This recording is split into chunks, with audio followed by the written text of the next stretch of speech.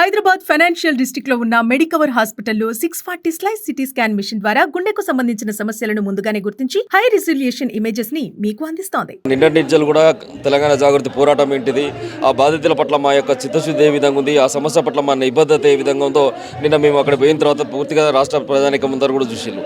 ఈ రాష్ట్రంలో కనీసం ఈ యొక్క ప్రజాప్రభుత్వం అని చెప్పేసి అధికారంలో వచ్చినటువంటి ఈ యొక్క రేవంత్ రెడ్డి సర్కార్ పేదలను టార్గెట్ చేసేసి పెద్దలను ఒక వంచున ఉంచేసి పేదలను మరో రకంగా చూస్తూ ఉన్నటువంటి పరిస్థితి కనపడతా ఉంది.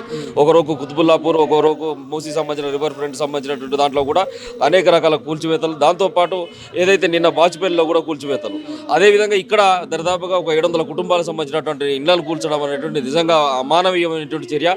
ఇప్పటికైనా రేవంత్ రెడ్డి సర్కార్ మీరు బుద్ధి తెచ్చుకొని అది భూదాన్ భూముల కింద ఇచ్చినటువంటి భూములు అవి ఏ ఒక్క దగ్గర కూడా ప్రభుత్వ భూములు అనేటువంటి నిరూపణ కాలే. ఇప్పటి వరకు దానిపైన కోర్టు సంబంధించిన స్టేస్ అనేటువంటి ఉన్నాయి. కోర్టు స్టేలు ఉన్నప్పటికి కూడా అంటే న్యాయ వ్యవస్థను కూడా ధిక్కరించి న్యాయ వ్యవస్థకు కూడా ఎదురెళ్ళి ఈ యొక్క పేద ప్రజలను నిలమట్టం చేయాలి అని చెప్పేసి ప్రజాస్వామ్య విలువలకు కనుక మీరు తిలోదకాలు ఇవ్వాలనుకుంటే మాత్రం ఖచ్చితంగా ప్రజల చేతిలో గుణపాఠం తప్పదు. మీకు తెలంగాణ జాగృతి ఆ యొక్క బాధితులకు న్యాయం జరిగే విధంగా ఖచ్చితంగా ఉండి కొట్లాడబోతున్నాం. ఈరోజు ఏదైతే ప్రజాస్వామ్యబద్ధంగా గాంధీ మార్గంలో మేము నిరసన తెలియజేస్తున్నామో ఆ నిరసనను ఈరోజు పోలీసు బలగాలను పెట్టేసి ఉక్కుపాదంతో అణచివేయాలని చెప్పి రాష్ట్ర ప్రభుత్వం అనుకుంటే మేమందరం కూడా ఉగ్గుపాలు తాగినటువంటి బిడ్డలం కాబట్టి మాకు పోరాటాలు కొత్త కాదు. కాబట్టి ఆ పోరాటాన్ని మళ్ళొకసారి కూడా ఈరోజు కవితక్క నిజం చేస్తూ కొనసాగింపుగా ఆయన నిరవధిక నిరాదీక్ష ఏదైతే ఉందో ఇలా తెలంగాణ జాగృతి కేంద్ర కార్యాలయంలో ఈ కార్యక్రమం కొనసాగింపు జరుగుతూ ఉంది. అదే బాధితులకు వీలైనంత వరకు నష్టపరిహారం కూడా ఇస్తామనేటువంటి మాటలు మాట్లాడుతున్నారు. ఇప్పుడు నేనేమంటాను, ఇల్లు కూల్చి నష్టపరిహారం అని అంటే ఈ రోజు ఎస్ఎస్సి చదువుకున్నటువంటి పిల్లలు, పరీక్షలకు ప్రిపేర్ అయ్యేటువంటి పిల్లలు ఉన్నారు. ఇంటర్మీడియట్ ఎగ్జామ్స్ ఒకరికి నడుస్తున్నాయి. కనీసం వాళ్ళు చదువుకోవాలనేటువంటి పరిస్థితులు కనపెడతాయి.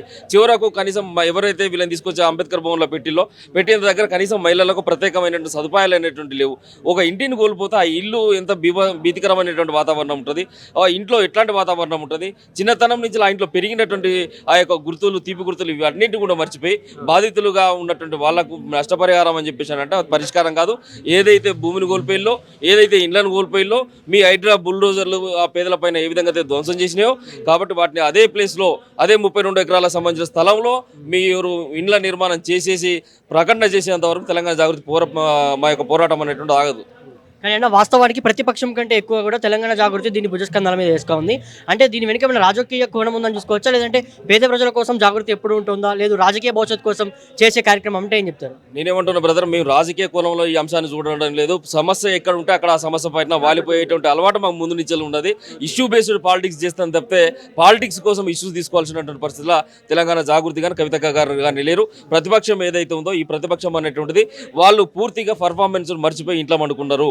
కనీసం ప్రజల పక్షాన అడగాల్సినటువంటి ప్రశ్న అడగట్లేరు, వాళ్ళ గలాన్ని వినిపిస్తలేరు. కంటెంట్ను బిల్డ్ చేసేసి ఫోటోలు, వీడియోలు దిగిపోతే పరిష్కారం కాదు సమస్య. ఆ సమస్య పట్ల నిబద్ధత ఉండాలి, ఆ సమస్య పట్ల చిత్తశుద్ధి ఉండాలి. అట్లాంటి నాయకురాలు కవితక్క. పట్టుకుంటే వదలదు, ఒక మొండి సంకల్పంతో పనిచేస్తుంది కవితక్క అనేటువంటి పేరు ఇలా తెలంగాణలో ఎందుకు వచ్చిందంటే ఒక ఇష్యూని పట్టుకుంటే అంత జటిలంగా పట్టుకుంటుంది. దాన్ని పూర్తిగా దాని యొక్క సారాంశం బయటకు తెలిసే విధంగా, దాని రిజల్ట్ బయటకు వచ్చే విధంగా కవితక్క మొదటి నుంచి ఆ పనితనం అలవాటు కాబట్టి అదే దిశగా పోతున్నాం. ఖచ్చితంగా వెలుగుమట్ల ప్రజలకు న్యాయం ఈ ప్రభుత్వం చేసేంత వరకు కూడా పోరాడతాం. అనగానే వాస్తవానికి ఎక్కడ అవినీతి జరిగినా కూడా దాన్ని ప్రశ్నించేటువంటి గొంతు ఖచ్చితంగా కూడా ప్రతిపక్షానికి ఉంటుంది. ప్రతిపక్షం కంటే ముందుగా తెలంగాణ జాగృతి ముందుకు వస్తూ ఉంది. భవిష్యత్ కార్యాచరణ ఎలా ఉండబోతుంది తెలంగాణ జాగృతి కంటే ఏం చెప్తారు? అతి తొందరలో ఒక ప్రాంతీయ పార్టీకి రూపాంతరం చెందబోతున్నాం. రేపు ఉగాది వెళ్ళిపోయిన తర్వాత ఒక మంచి ప్రకటన చేసేసి మే ఫస్ట్ వారంలో మా పార్టీ ఆవిష్కరణ అనేటువంటి జరుగుతుంది. ఈ రాష్ట్రంలో ప్రధాన ప్రతిపక్షం అనేటువంటిది కూడా మొత్తం నీరుగారిపోయింది. పాలక పక్షానికి సన్నాయి నొక్కులు నొక్కుతూ ఉన్నారు బీఆర్ఎస్ పార్టీ నాయకులు. పూర్తిగా ప్రజల పక్షాన ఉండి కొట్లాడట్లేదు. కాబట్టి ఇలా ఉన్నటువంటి బీఆర్ఎస్ పార్టీ కానీ, కాంగ్రెస్ కానీ, బీజేపీ కానీ 3 జాతీయ పార్టీలు కానీ ఉన్నాయి.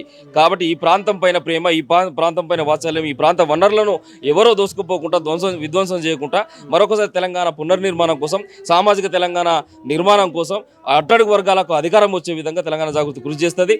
మేజర్గా బహుజనులకు, యువకులకు, మహిళలకు పెద్దపీట వేసి ఒక ఇష్యూ బేస్డ్ పాలిటిక్స్ తీసుకొచ్చేసి ఒక నైతిక విలువలకు కట్టుబడినటువంటి రాజకీయాలు చేసే విధంగా మరొక సరికొత్త వజ్రాయుధం లాంటి పార్టీ అతి తొందరలో తెలంగాణ ప్రజల వైపు వస్తుంది. కాబట్టి సొంతంగా జాగృతి అనేది ఉంటుందా, లేదంటే కలుపుకొని ముందు ముందుకు వెళ్ళేది అంటే NDA లాగా ఏమీ లేదు. నేనేమంటున్నా, ఇప్పుడు ఈ రాష్ట్రంలో మాత్రం కలిసి వచ్చేటువంటి శక్తులు ఉన్నారు. ఏదైతే మేము పార్టీ పెట్టక ముందుగా మాతో ఏఎఫ్బి సంబంధించినటువంటి పార్టీ కలిసి వచ్చింది, సుభాష్ చంద్రబోస్ పెట్టినటువంటి పార్టీ. అంటే మేము ఒక సోషలిస్ట్ ఎజెండాతో పోతున్నాం కాబట్టి సేమ్ అదే భావసారూపిత ఉన్నటువంటి పార్టీలు కలిసి వస్తే కలిసి రావచ్చు.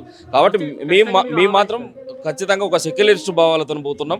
ఆ సెక్యులరిస్ట్ భావాలు పోతున్నప్పుడు ఈ ఎర్రజెండా పార్టీలు అనేటువంటి వామపక్షాలు అనేటువంటి వస్తారు.